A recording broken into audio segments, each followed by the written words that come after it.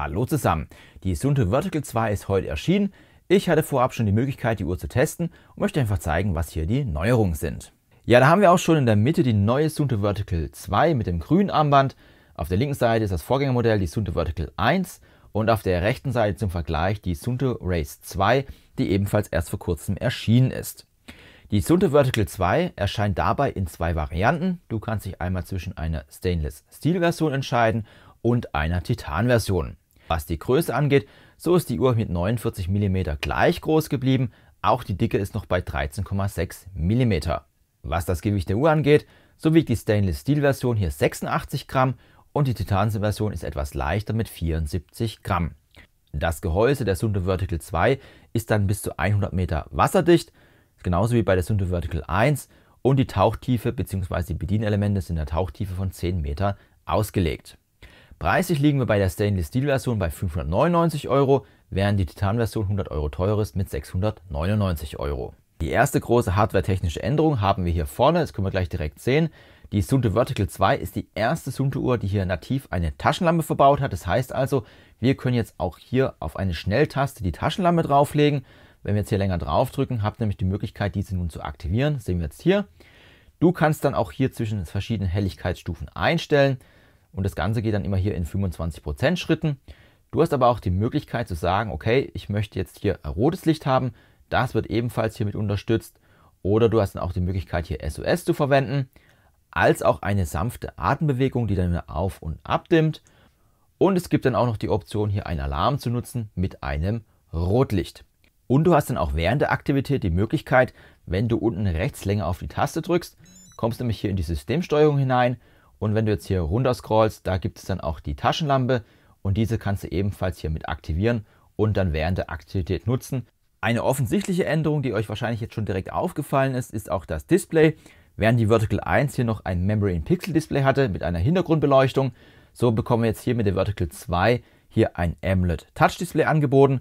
Auch die Displaygröße ist größer geworden von 1,4 Zoll auf 1,5 Zoll. Geschützt wird das Display dann auch hier wieder wie beim Vorgänger mit einem Saphirglas. Das heißt also, wenn du irgendwo hängen bleibst, bekommst du auch nicht direkt einen Kratzer rein. Und wir bekommen dann auch das gleiche Display wie bei der Suunto Race 2. Das heißt also, diese sind hier in diesem Fall komplett identisch. Generell muss ich sagen, das Display ist auch sehr gut ablesbar. Es war jetzt zwar sehr regnerisch, aber wie gesagt, das Display ist dasselbe wie bei der Race 2 und die habe ich in voller Sonne genutzt. Und da konnte ich auch wirklich alle Werte sehr gut ablesen ohne Probleme. Gleich geblieben ist dann auch die Steuerung. Wir bekommen einmal wieder hier 3 Tasten auf der rechten Seite. Damit könnt ihr auch dann die Uhr bedienen. Ihr habt auch die Möglichkeit, sowohl die obere als auch die untere Taste hier mit Kurzbefehlen zu belegen. Besser gesagt, du kannst diese dann hier auswählen. Und natürlich ist auch die Möglichkeit, hier mit einem Touch-Display das Ganze zu steuern. Und die Menüführung ist dann auch wirklich sehr flüssig. Und es werden auch, wenn du die Offline-Karten heruntergeladen hast, sehr schnell die Karten nachgeladen, wenn du rein und raus zoomst. Oder wenn du dann zum Beispiel Daten aufrufst, das funktioniert auch wirklich sehr, sehr flott. Da gibt es auf jeden Fall nichts mehr auszusetzen. Im Bereich der Konnektivität bekommt ihr mit der Suunto Vertical 2 dann auch wieder einen Bluetooth-Chip verbaut. Und in diesem Fall kannst du jetzt auch mehrere Sensoren des gleichen Types verbinden. Das heißt also, wenn du mehr Herzfrequenzsensoren hast oder Radleistungsmesser, ist das auf jeden Fall möglich. Aber auch das gab es nun mit dem Update auf die Vertical 1. Es ist dann auch wieder hier ein Kompass verbaut, beziehungsweise auch ein Temperatursensor. Und was auch nicht fehlen darf, ist dann ein barometrischer Höhenmesser, bei dem du natürlich auch die Möglichkeit hast, hier eine Unwetterahnung zu aktivieren. Das heißt also, wenn dann ein Gewitter kommt, bekommst du auch einen Alarm hier auf die Uhr direkt angezeigt. Mit der Suunto Vertical 2 bekommt ihr dann auch hier das neue schöne Display angeboten. Wir sehen jetzt hier zum Beispiel Sonnenaufgang, Sonnenuntergang wird hier oben direkt angezeigt.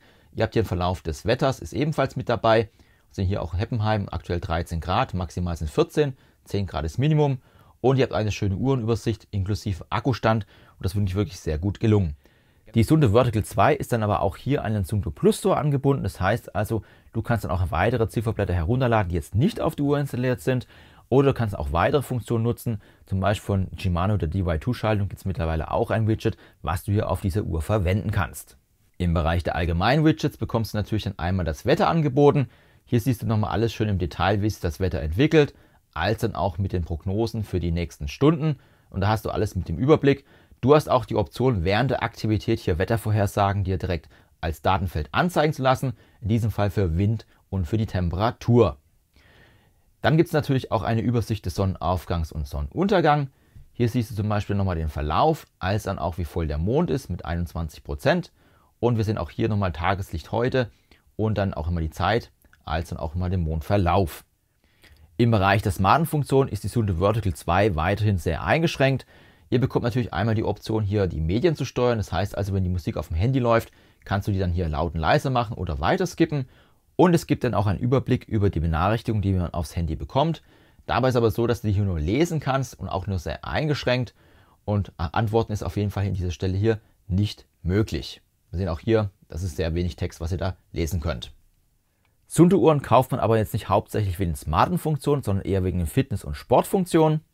Und so bietet uns natürlich auch die Suunto Vertical 2 eine Übersicht der aktuellen Schritte an, die man über den Tag gemacht hat, inklusive den Kalorien bzw. den Gesamtkalorien, wobei diese hier einen kleinen Ticker höher ausfallen als bei meinen anderen Sportuhren.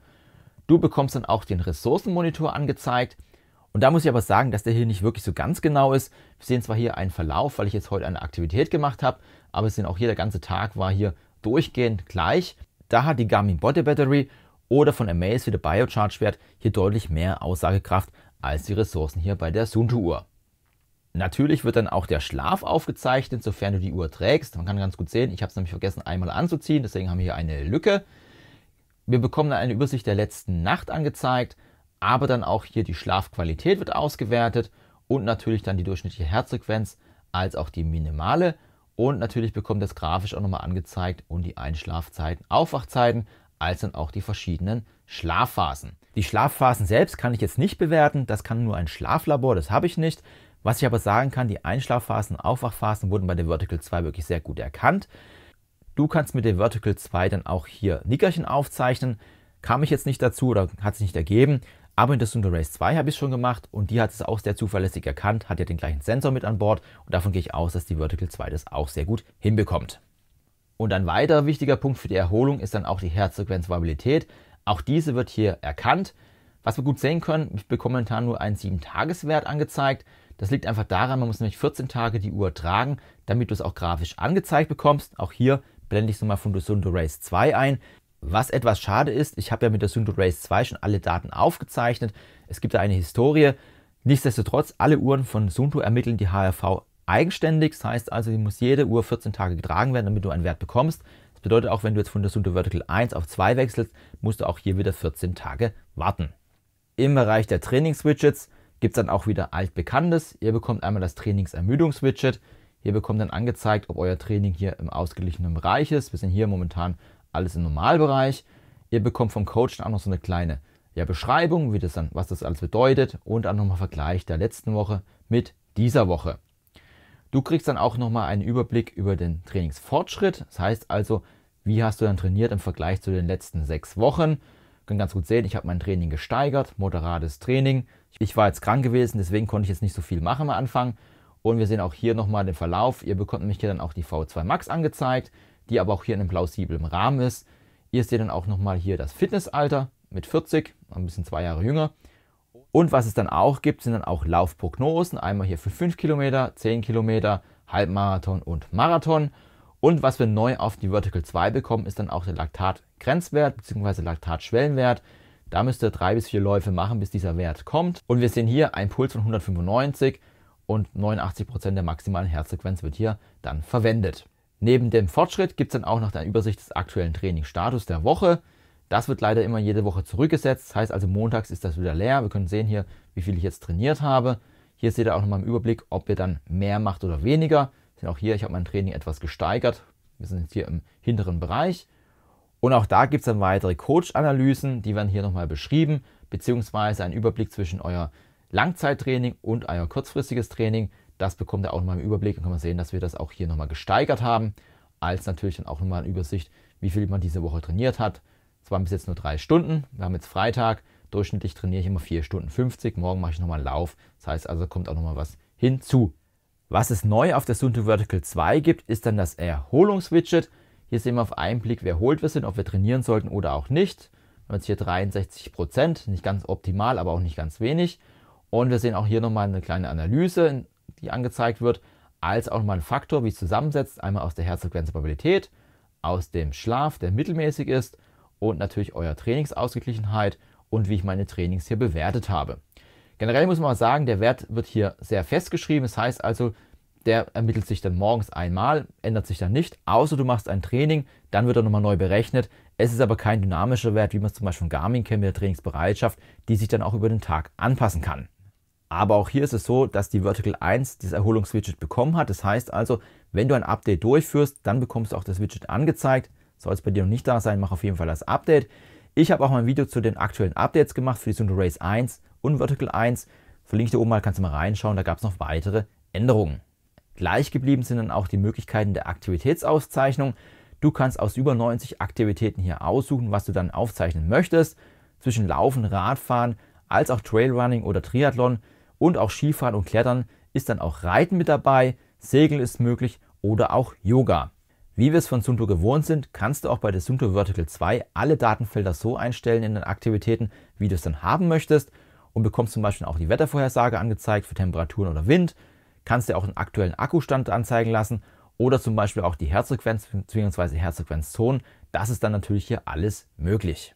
Im Zusammenhang mit der Suunto Race 2 gab es auch eine Überarbeitung der App. Das sieht man hier, das ist alles jetzt mittlerweile sehr schön aufgezeigt. Aber es gab noch eine weitere Änderung. Wenn wir jetzt hier auf den Kalender gehen, sehen wir jetzt auch meinen Trainingsplan. Du hast nämlich jetzt die Möglichkeit, mit der Suunto Vertical 2 oder mit anderen Suunto-Uhren dann auch hier einen Trainingsplan durchzuführen. Ich habe jetzt einfach hier meinen First Marathon ausgewählt. Momentan ist es noch teilweise in Englisch, weil es noch Beta ist. Und du hast dann auch die Option, hier einen Trainingsplan so anzulegen, dass zum Beispiel hier ein Krafttraining angeboten wird oder dann Lauftrainingseinheiten. Und du bekommst auch innerhalb der Tage angezeigt, was du dann konkret trainieren sollst. Wenn wir zum Beispiel den Donnerstag reingehen, sehen wir jetzt einen Lauf. Und hier soll man zum Beispiel Hügelpassagen laufen, also hier Bergtraining machen. Und das hast du dann hier alles im Überblick, was du dann trainieren kannst, beziehungsweise bekommst dann auch hier nochmal eine Wochenzusammenfassung, damit du auch deine Ziele erreichst, die du haben möchtest. Und du hast dann die Möglichkeit, wenn du dann in eine Aktivität hineingehst, sei es das Laufen oder Radfahren, unter Suunto Plus bzw. Guides hier das Training zu finden. Dann musst du es einfach nur aktivieren und du bekommst dann während der Aktivität dann angezeigt, was du dann für ein Ziel erreichen sollst. Und das wird oben dann auch schön angezeigt, ob du im grünen oder im roten Bereich bist, also langsamer schnell laufen sollst zum Beispiel. Und dann hast du das hier mit im Überblick. Mit der Suunto Vertical 2 hast du auch wieder die Möglichkeit, hier eine Navigation durchzuführen. Und weil ich öfters gefragt werde, ja, du kannst auch navigieren ohne ein Handy, das kannst du zu Hause lassen. Das geht auf jeden Fall auch mit der Uhr. Es gibt dann auch die Möglichkeit, auf die Suunto Vertical 2 offline topografische Karten herunterzuladen. Dabei werden auch schon Bahnlinien angezeigt, Gewässer oder auch Freigelände oder Wälder. Das ist wirklich sehr gut detailliert aufgezeichnet. Was es leider an dieser Stelle nicht gibt, sind dann hier Straßennamen, aber die Häuser sind zur Orientierung auf jeden Fall auf der Karte enthalten. Was die Routenplanung angeht, so unterstützt hier Suunto einmal Komoot, dann AutoActive oder zum Beispiel auch Strava Routenplanung, sofern die Konten verbunden sind. Aber Suunto bietet hier auch einen eigenen Routenplaner an, der mittlerweile auch sehr gut geworden ist. Da bekommst du auch eine schöne Übersicht, wie zum Beispiel die Steigung und wie sich das hier über den Lauf entwickelt. Größere Änderungen gab es dann auch im Bereich Navigation. Du bekommst jetzt 20 Meter vor der Abbiegung ein Piepston oder ein Signal, dass es eine Abbiegung kommt. Und dies ist dann auch für die kommende Kreuzung und nicht so wie früher für die übernächste Kreuzung. Das war immer ein großer Kritikpunkt. Das hat Suunto hier verbessert. Leider sind die 20 Meter doch dann wirklich sehr knapp. Bei normalen Joggen ist es kein Problem. Beim Traillauf könnte es schon etwas schwieriger werden. Aber leider sind die 20 Meter dann auch beim Radfahren. Und da muss auf jeden Fall Suunto nochmal nachbessern. Und solltest du die Route verlassen haben, dauert es so etwa 30, 40 Meter, bis das auf der Uhr erkannt wird. Dann hast du eine Routenabweichung. Die Uhr ist aber nicht routingfähig. Das heißt also, du musst dann auch wieder zurück auf die Strecke laufen, damit die Uhr dann wieder weiter navigieren kann. Sie rechnet sich keine eigene Strecke aus. Sollte aber ein Weg gesperrt sein und du gehst auf einen anderen Bereich der Strecke wieder auf die Strecke, erkennt das die Uhr, das ist dann ohne Probleme möglich. Und du hast auch die Möglichkeit, über den Routenplaner von Suunto dann auch Points of Interest zu setzen und diese bekommst du dann auch hier während der Navigation dann angezeigt, wenn du diesen Wegpunkt erreichst. Ganz interessant ist dann der Bereich Steigung bzw. Höhenprofil. Das wurde überarbeitet, aber hier gibt es ein kleines Aber. Solltest du über AutoActive und Komoot oder Strava planen, bekommst du nur ein angepasstes Höhenprofil. Das heißt also, das wird dann schön farblich dargestellt, wie die Steigungen aussehen. Und dann gibt es so weiße Punkte, wo dann immer so ein Gipfel ist. Was es aber dann leider nicht gibt, ist dann nicht ein farblicher Ausschnitt der Steigung, wo dann auch der Prozentwert steht und der Restprozentwert. Das ist ja immer so ein dynamischer Wert. Diesen Wert gibt es leider nur, wenn du die Route über den Suunto-Planer geplant hast. Da bekommst du es dann angezeigt. In der Vergangenheit war es nicht so gewesen. Ich vermute, es liegt an der Software. Ich hoffe, dass Suunto das nochmal nachbessert, dass es dann auch für Strava und auch Komoot bzw. dann hier AutoActive unterstützt wird. Was das GPS-Tracking angeht, so bekommen wir mit der Suunto Vertical 2 hier auch ein L1 und L5 Band angeboten, also das beste GPS, was wir auf dem Markt bekommen können. Und das macht die Suunto Vertical 2 auch wirklich sehr gut. Ich war zum Beispiel auch länger mit dem Rad im Wald unterwegs. Die Tracks wurden hier sauber aufgezeichnet. Auch bei der Distanz konnte ich jetzt hier wirklich keine größeren Unterschiede zu meinen anderen Sportuhren feststellen. Und ich war wirklich sehr zufrieden, was die Aufzeichnung angeht.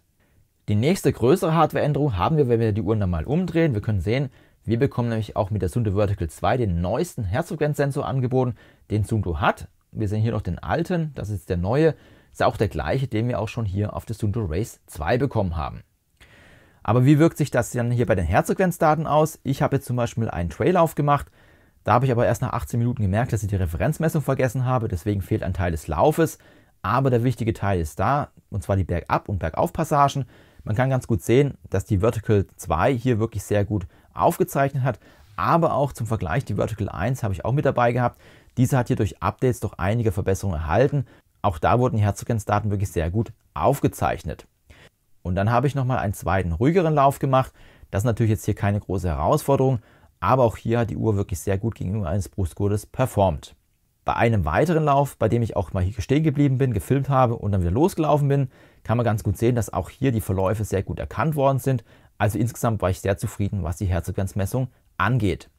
Ich war mit der Suunto Vertical 2 dann auch mal graveln und da kann man ganz gut sehen, dass der erste Bereich sowohl aus Asphalt als auch Schotter hier wirklich sehr gut aufgezeichnet worden sind. Das waren alles Bergaufpassagen, aber dann ab 1 Stunde 40 ging es dann quasi bergab. Und da ist es so, dass ich dann sehr viel Erschütterung auf dem Lenker habe, beziehungsweise sehr viel Vibration und das kann hier zu Messfehlern führen. Und da kann man ganz gut sehen, dass die Suunto Vertical 2 dann hier auch wirklich seine Probleme hatte, gute Messwerte zu erhalten. Das heißt also, wenn du sehr viel mit dem Mountainbike abfährst oder Gravel unterwegs bist, kann es auf jeden Fall hier und da zu Fehlmessungen kommen. Ebenfalls habe ich dann auch noch ein Krafttraining durchgeführt und auch hier erhalte ich deutlich bessere Werte als noch bei der Suunto Vertical 1. Das hat sich auch mit den Updates nicht wirklich verbessert. Man kann ganz gut sehen, dass die Suunto Vertical 2 hier die Spitzen halbwegs erkannt hat. Nicht immer ganz optimal, aber immerhin ein Schritt in die richtige Richtung. Alternativ kannst du immer noch einen Brustgurt nutzen, wenn du dann die ganz exakten Werte haben möchtest.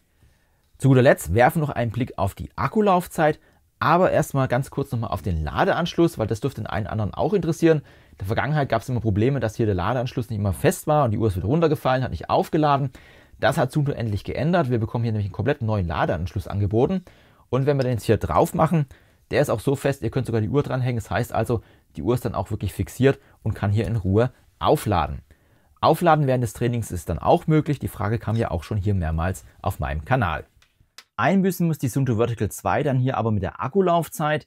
Das ist keine große Überraschung, weil wir jetzt hier ein AMOLED-Display haben und auch keine Solarladung mehr, wie noch bei der Vertical 1, die ein Memory Pixel Display hatte. Konkret gesagt, die Vertical 1 hatte noch eine Laufzeit bis zu 30 Tagen bzw. 60 Tagen mit Solarladung im Smartwatch-Betrieb. Die Suunto Vertical 2 schafft in Anführungszeichen nur noch 20 Tage. Keine große Änderung gab es dann bei der Aktivität, wenn es keine Sonne gibt. Da schaffen beide Uhren bis zu 65 Stunden im besten GPS.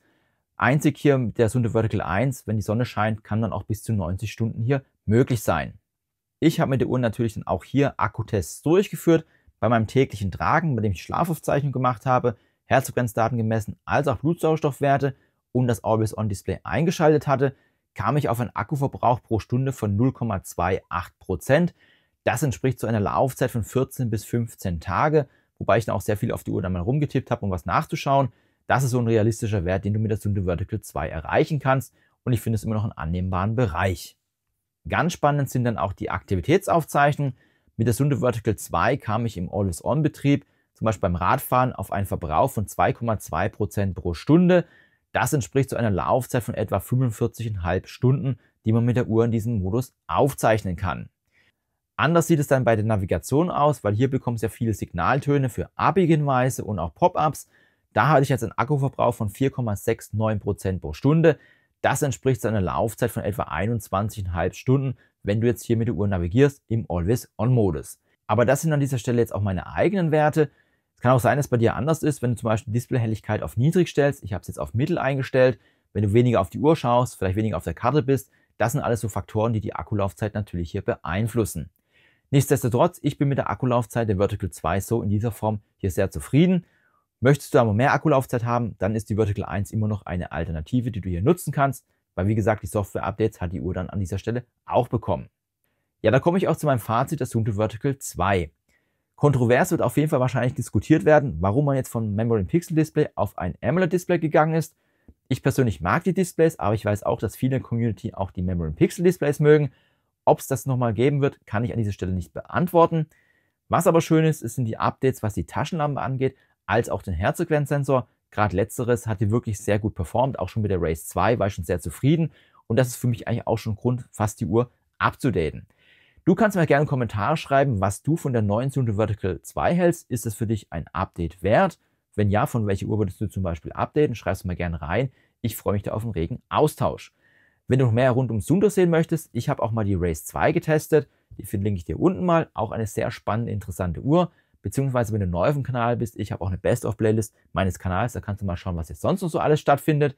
Wenn das Video spannend war und gefallen hat, lass auch gerne einen Daumen hoch da. Das freut mich und den Algorithmus. Ansonsten bedanke ich mich für die Zeit. Tschüss, bis zum nächsten Mal.